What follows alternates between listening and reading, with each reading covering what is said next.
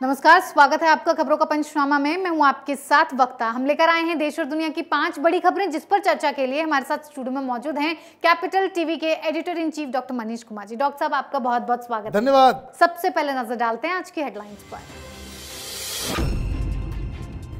बिहार में सियासी उलटफेर की हलचल हुई तेज। नीतीश बनाएंगे नए गठबंधन की सरकार। बीजेपी छोड़ आरजेडी का थाम सकते हैं हाथ। पत्राचौल केस में संजय राउत की फिर बड़ी मुश्किलें। कोर्ट ने 22 अगस्त तक न्यायिक हिरासत में भेजा। आतंकी संगठन आईएसआईएस से जुड़े मोहसिन अहमद की गिरफ्तारी पर केजरीवाल के विधायक ने बताया बेकसूर। जल्द रिहा करने की मांग। एनआईए मांग रही रिमांड। शिक्षा भर्ती घोटाले में ईडी का बड़ा खुलासा। कोयला कारोबार से होता था ब्लैक मनी वाइट करने का धंधा। पार्थ अर्पिता दोनों थे शामिल। सुप्रीम कोर्ट के लिए गए कई फैसलों से नाराज कपिल सिब्बल। कहा, सुप्रीम कोर्ट से मुझे अब नहीं रही कोई उम्मीद। ईडी और गुजरात दंगों के फैसले पर जताया ऐतराज।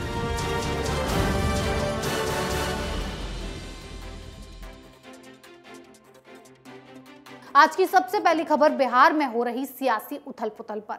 बिहार की राजनीति में किसी बड़े भूचाल की आशंका है, क्योंकि नीतीश कुमार और बीजेपी के बीच सब कुछ ठीक नहीं है। एक तरफ मुख्यमंत्री नीतीश कुमार ने जनता दल यूनाइटेड के सभी विधायकों की बैठक बुलाई, तो कांग्रेस और राष्ट्रीय जनता दल यानी कि आरजेडी ने भी अपने विधायकों को पटना में रहने का निर्देश दिया। ऐसी चर्चा है कि बिहार में बीजेपी जेडीयू गठबंधन कभी भी टूट सकता है और नया गठबंधन बन सकता है।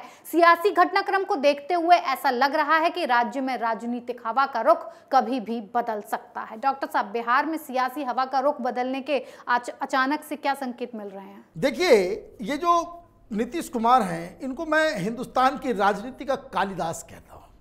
वो इसलिए कि वो जिस डाली पे बैठते हैं उसी को काटना शुरू कर देते हैं जी। अभी वो जो सरकार चला रहे हैं, it's a very unpopular government. Bharatiya Janata party के ऊपर एक बहुत बड़ा एहसान होगा और भारतीय जनता पार्टी के लिए एक बहुत ही अच्छी खबर होगी कि आप इस तरह के अनपॉपुलर लीडर और अनपॉपुलर सरकार का आप हिस्सा ना रहें, क्योंकि बिहार में कुछ हो नहीं रहा। बिहार में विकास के नाम पे 0 सन्नाटा, कोई काम धाम नहीं हो रहा। वो रीज़न क्या है? नीतीश कुमार की राजनीति अभी भी 1970-1960 में फंसी हुई है। वही पुराना, वही सब कुछ। दिक्कत क्या है? नीतीश कुमार काम नहीं करना चाहते। वो जिस तरह की अपेक्षाएं आज के मुख्यमंत्रियों से है देश की जनता को, राज्य की जनता को, कि आप सुपर एक्टिव, प्रोएक्टिव फैसले भी लें और बदलाव सड़कों पे नजर आए, वो बिहार में नजर नहीं आ रहा। और इसलिए विधायक भी, उनके जो जेडीयू के विधायक हैं, उसमें असंतोष है। कांग्रेस पार्टी ने भी बुलाई ये मीटिंग। कांग्रेस पार्टी तो ऑलरेडी टूट के कगार पे है। 20-22 के आसपास उनके विधायक हैं, 13 तो ऑलरेडी खुल्लम खुल्ला भारतीय जनता पार्टी में जाने को तैयार हैं। आरजेडी का भी वही हाल है। तो दरअसल नीतीश कुमार ये जो पॉलिटिकल मैन्यूवरिंग कर रहे हैं, उसके पीछे की वजह यह है कि ये तीनों ही पार्टियां, चाहे वो आरजेडी हो, चाहे वो कांग्रेस हो, चाहे वो जेडीयू हो, बिहार के अंदर टूट के कगार में ये अपनी सर्वाइवल के लिए लड़ाई लड़ रहे हैं। और इसलिए ये जो राजनीतिक फेरबदल, बयानबाजी हो रही है, वो इसी वजह से हो रही है। अब देखना होगा भारतीय जनता पार्टी क्या करती है। भारतीय जनता पार्टी के आंखों पे पट्टी बंधी हुई है, जन भावना उनको समझ में नहीं आ रहा। इसलिए बार बार जो केंद्रीय नेतृत्व है वो यही कहता है कि हमें नीतीश कुमार के का साथ चाहिए। जनता भारतीय जनता पार्टी को अलग रूप से देखना चाहती है। जी डॉक्टर साहब, बिहार में राजनीतिक हलचल तेज है, तो संजय राउत के मामले में भी ईडी की हलचल तेज है। ईडी ने आज फिर संजय राउत को कोर्ट में पेश किया, क्योंकि आज उनकी हिरासत खत्म हो रही थी, लेकिन कोर्ट से राहत नहीं मिली। उनकी हिरासत को 22 अगस्त तक के लिए बढ़ा दिया गया है। खास बात है कि पत्राचौल मामले में ईडी की जांच का सामना कर रहे राउत को गिरफ्तार किया गया था। कोर्ट ने तीसरी बार उन्हें हिरासत में भेजा है। डॉक्टर साहब, कोर्ट ने हिरासत क्यों बढ़ाई है? देखिए, आज जो कोर्ट में हुआ, ईडी की तरफ से ईडी पूछताछ वो खत्म कर चुकी जी। उनको अब अपनी हिरासत नहीं चाहिए। इसलिए ईडी ने गुजारिश की कि इनको जेल भेज दिया जाए, न्यायिक हिरासत में। अब तक वो कहाँ थे? अब तक वो ईडी के दफ्तर में ही उनसे पूछताछ होती थी, वहीं रहते थे जी। और मेडिकल के लिए जाते थे तो हाथ इस तरीके से वो साफा अपना गेरुआ वो घुमाते थे जी। उनको लगा आज छुट्टी हो जाएगी, लेकिन कोर्ट ने कहा कि जेल जाइए, अपने दोस्तों से ज़रा सा मुलाकात कीजिए, थोड़ा माइंड फ्रेश कीजिए। उसी जेल में भेज दिया जहाँ पे अनिल देशमुख और नवाब मलिक बंद हैं, तो उनको 22 तारीख तक जेल में रहना पड़ेगा। सारी जो इसको कह सकते कि राजनीति करने की जो उनका जो चस्का था जी। वो सब हवा हवाई। आज जब कोर्ट से वो जेल उनको ले जाया जा रहा था, तब हाथ हिलाते हुए वो नज़र नहीं आए। जेल जब पहुँचे, वहाँ पे कुछ शिव सैनिक कार्यकर्ता वहाँ पे थे, तो वहाँ पे एक बस आवाज़ निकली, जय महाराष्ट्र। भ्रष्टाचार करके जेल जाने के वक्त कोई व्यक्ति जय महाराष्ट्र कहे, ये शोभा नहीं देता। दिक्कत क्या है कि एक और मसले में फंसते चले जा रहे हैं। ये तो अभी पत्राचौल के ही मामले में इनको जेल भेजा गया है, उधर ईडी कह रही है कि एक और मसला है, वो तो 60,000 करोड़ का घोटाला है, ये पर्ल चिटफंड घोटाला है, जिसमें वही प्रवीण रावत का नाम आ रहा है। और ईडी कह रही है कि प्रवीण रावत ने ही वो एक फ्रंटमैन की तरह काम कर रहा था इस पूरे घोटाले के पीछे, इनका भी हाथ है। मतलब ये लंबे नपे हैं और काफ़ी दिनों तक अब इनको अर्थर रोड जेल की शोभा को जो है बढ़ाना पड़ेगा। जी डॉक्टर साहब, ईडी का संजय राउत को 22 अगस्त तक न्यायिक हिरासत में भेजने का मकसद साफ है कि घोटाले की परत खोली जाए, लेकिन केजरीवाल सरकार के विधायक अमानतुल्लाह खान एक आतंकी का समर्थन कर रहे हैं, बेकसूर बता रहे हैं। इसके पीछे क्या मकसद होगा? दिल्ली में रहकर खूंखार आतंकी संगठन आईएसआईएस के लिए फंड जुटाना, बच्चों के घर पर ट्यूशन देने के बहाने बुलाना और फिर उन्हें आईएसआईएस की वीडियो दिखाना कहां से सही है? इन हरकतों पर केजरीवाल के विधायक अमानतुल्लाह खान, उसकी रिहाई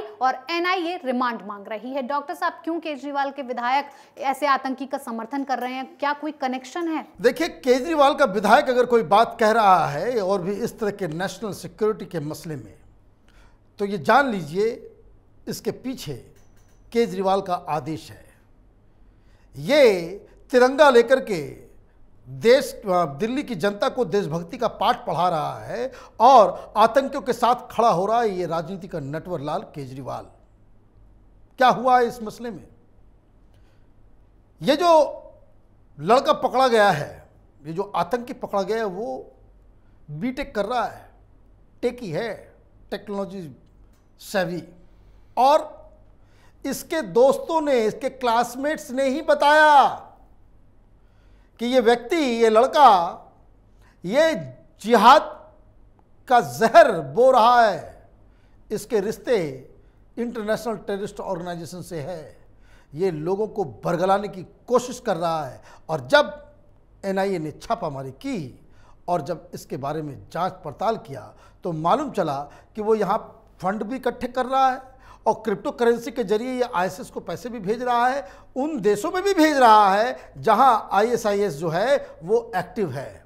ये हार्डकोर एक आतंकी है। लेकिन केजरीवाल की वोट बैंक की जो राजनीति है, वो इस तरह का, इसको कह सकते कि दो मुंहा सांप खुद तिरंगा लेकर के झूम रहा है, टेलीविजन चैनल पे ऐड दे रहा है कि ताकि कोई मीडिया वाले उससे सवाल ना करे, और अपने विधायक को वो खुला छोड़ करके ये कह रहा है कि मुसलमानों का वोट पाना है, इसलिए कह दो कि बाटला हाउस से जो पकड़ा हुआ जो आतंकी है वो निर्दोष है। ये वही केजरीवाल है जब जो बाटला हाउस में इनकाउंटर में जो एक दिल्ली पुलिस के इंस्पेक्टर शर्मा जी वो शहीद हुए थे, ये वहाँ जब उनके घर जाता है तो बोलता है न्याय दिलाएंगे, और जब वो बाटला हाउस मुस्लिम लोकेलिटी में होता है, ये केजरीवाल ये कहता है कि बच्चों के साथ बड़ा अन्याय हो गया, आम आदमी पार्टी अकेली पार्टी है जो कोर्ट जाकर के इन बच्चों को न्याय दिलवाएगी। तो ये एक गिरगिट की तरह रंग बदलने वाला नेता है, देश को इससे सावधान रहना जरूरत है। जी बिल्कुल। अरविंद केजरीवाल खुद फ्री की स्कीम में बिजी हैं और उनके विधायक आतंकी को संरक्षण देने में, लेकिन ईडी अपने काम में एकदम दुरुस्त है। ईडी ने शिक्षा भर्ती घोटाले में बड़ा खुलासा किया, जिसके बाद ममता बनर्जी की नींदें उड़ सकती हैं, क्योंकि ईडी को पार्थ चटर्जी और अर्पिता मुखर्जी के नाम से कई फर्जी कंपनियों का पता चला है। ईडी के अधिकारियों का मानना है कि इन फर्जी कंपनियों के लिए कोयला कारोबार में पैसा लगाया जाता था, जिससे ब्लैक मनी व्हाइट हो सके। डॉक्टर साहब, ईडी के इस खुलासे से ममता बनर्जी को हैरानी हो रही है? बिल्कुल, क्योंकि कोयला घोटाले में तो उनके भतीजे अभिषेक बनर्जी भी उनसे तलब हो रहा है, उनसे ईडी पूछताछ कर रही है। कोयला जो है वो बंगाल में कहते हैं कि ब्लैक डायमंड, इस धंधे में जो जाता है वो वैसे ही घर के अंदर नोटों का पहाड़ क्रिएट करता है। कैपिटल टीवी के तमाम दर्शकों को ये याद होगा कि जब से ये नोटों का पहाड़ पार्थ चटर्जी और अर्पिता के घर में मिला है, तब से मैं इस बात को कहता आ रहा हूँ कि ये पैसा शिक्षक घोटाले का नहीं है, ये किसी और का है, ये किसी और घोटाले से जुड़ा हुआ पैसा है। अब क्या मालूम चल रहा है, कई सारी कंपनियां मालूम चल रही कि फेक कंपनी, फर्जी कंपनी, उसमें जो डायरेक्टर्स हैं मालूम चल रहा है कि वो तो बेचारे गरीब लोग हैं। अब जब ईडी ने उनसे पूछताछ की तो मालूम चला कि भाई ये तो कोयला कारोबारी के साथ हमारा लेन देन है, कहाँ से पैसा आ रहा है, कहाँ जा रहा है। अब एक नई तरीके से शिक्षक घोटाला, शिक्षा में जो भर्ती घोटाला है वो तो चल ही रहा है, अब कोयला घोटाले के ऊपर ईडी ने काम करना शुरू कर दिया है। ये बार बार इस बात को हम लोग कहते आ रहे हैं, ये जो नोटों का पहाड़ मिला है ये ममता बनर्जी की राजनीति के ऊपर ग्रहण लगाने वाला। जी बिल्कुल। ईडी ने बंगाल घोटाले की सारी कुंडली निकाल ली है, जिससे ममता सरकार भी परेशान है। तो वहीं ईडी को ये सब करने के लिए, पावरफुल बनाने के लिए सुप्रीम कोर्ट के फैसलों से राज्यसभा के सांसद और सीनियर एडवोकेट कपिल सिब्बल नाराज हैं और स्पष्ट लहजे में कहा है कि उनमें अब सुप्रीम कोर्ट से कोई उम्मीद नहीं बची है। उन्होंने कहा कि अगर आपको ऐसा लगता है कि आपको सुप्रीम कोर्ट से राहत मिलेगी तो आप गलत हैं, और मैं ये बात सुप्रीम कोर्ट में 50 साल के अपने अनुभव को पूरा करने के बाद कह रहा हूं। गुजरात दंगों को लेकर दिए फैसले पर भी निराशा जताई। डॉक्टर साहब, कपिल सिब्बल ने ये बयान क्यों दिया है? भाई, जो उन्होंने बयान दिया है वो बहुत ही शर्मनाक है। अगर आपको सुप्रीम कोर्ट पे भरोसा नहीं है तो आप बार से फौरन इस्तीफा दे दें। जब आपको सुप्रीम कोर्ट से भरोसा ही नहीं है, क्यों जाते हो आप? जब आपको वहां से कोई न्याय की उम्मीद नहीं है तो क्यों काला कोट पहनकर आप वहां पे जिद करने मौजूद हो जाते हो? कहने का मतलब यह हुआ कि दुनिया की सारी अक्लमंदी आप में है और बाकी पूरी दुनिया बेवकूफ है। कल तक तो आप उन लोगों की पैरवी कर रहे थे जो हिंदुस्तान में हिंसा भड़काने का काम करते हैं, लेकिन कहते हैं, माला जपते हैं कि संविधान बचाना है, इंस्टीट्यूशन बचाना है। और आप ये कह रहे हो कि सुप्रीम कोर्ट के जजेस से न्याय की उम्मीद नहीं है हमारी। 50 साल का एक्सपीरियंस है तो 50 साल से आपने क्या क्या काम किया है उसका अगर लेखा जोखा जनता के अंदर सामने रखा जाए, लोग आपसे घृणा करना शुरू कर देंगे। वैसे ही बहुत घृणा करते हैं लोग। आप क्या चाहते हो? जब आप कांग्रेस पार्टी में थे, कांग्रेस पार्टी से टिकट नहीं मिली तो आपने समाजवादी पार्टी का दामन थाम लिया और राज्यसभा पहुंच गए। खैर, ये तो राजनीति अपनी अलग जगह पे है, लेकिन ये बताएं कि आपने क्यों कहा था कि चुनाव के बाद फैसला हो राम जन्मभूमि मंदिर का? आप क्यों वहां चले जाते हो कि भाई जनसंख्या के ऊपर कोई कानून लगेगा, तलाक के ऊपर कोई कानून लगेगा? संविधान की जो directive principle of state policy को लागू करवाने वाले जितने पीआईएल, जितनी चीजें होती है, उसका विरोध करने के लिए आप पहुंच जाते हो। आप ये चाहते हो कि आपके अनर्गल तर्कों को मान करके उल्टे पुल्टे फैसले हो तो न्याय सही है, और जब फैसला आपके खिलाफ जाता है तो आपको लगता है कि वह न्याय की उम्मीद नहीं है। इस तरह के वकील जो सुप्रीम कोर्ट में प्रोफेस करते हैं, वहां जिरह करते हैं, इस तरह के वकीलों को, जिनको सुप्रीम कोर्ट पे भी भरोसा नहीं है, उनके लाइसेंस को भी रद्द कर देना चाहिए। जी बिल्कुल डॉक्टर साहब, बहुत बहुत धन्यवाद इतनी जानकारी। धन्यवाद। खबरों का पंचनामा में आज के लिए इतना ही। देश विदेश की बाकी खबरों और उनके सटीक एनालिसिस के लिए देखते रहिए कैपिटल टीवी। हमें लाइक कीजिए, शेयर कीजिए और कैपिटल टीवी को सब्सक्राइब कीजिए। नमस्कार। हैं।